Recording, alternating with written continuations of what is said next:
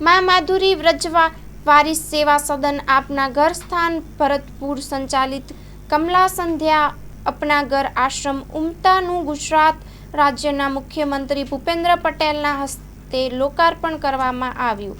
મહેસાણા જિલ્લાના વિસનગર તાલુકાના ઉમતા ગામે ઉમતા દેણપ રોડ અમરતી માતાજી મંદિર પાસે માં માધુરી વ્રજવારીસ સેવા સદન અપના ઘર સંસ્થા ભરતપુર સંચાલિત કમલા સંધ્યા અપના ઘર આશ્રમ ઉમતાનું ગુજરાત રાજ્યના મુખ્યમંત્રી ભૂપેન્દ્ર પટેલના હસ્તે લોકાર્પણ કરવામાં આવ્યું હતું.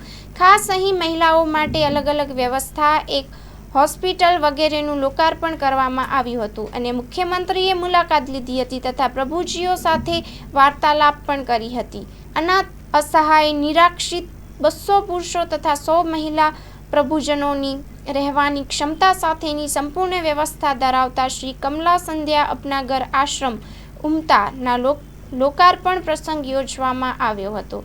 આજના સમારંભમાં અધ્યક્ષ તથા ઉદ્ઘાટક મુખ્યમંત્રી ભૂપેન્દ્ર પટેલે જણાવ્યું હતું કે બહુ ઓછા કાર્યક્રમ પ્રેરણા લેવા જેવા હોય છે. આજનો કાર્યક્રમ એમાંનો એક છે, કારણ કે અહીં એવા લોકોની સેવા કરવાની હોય છે કે જ્યાં સેવા કે જેમાં રિસ્પોન્સ ના મળે, છતાં એવા લોકોની સેવા કેવી રીતે થાય છે.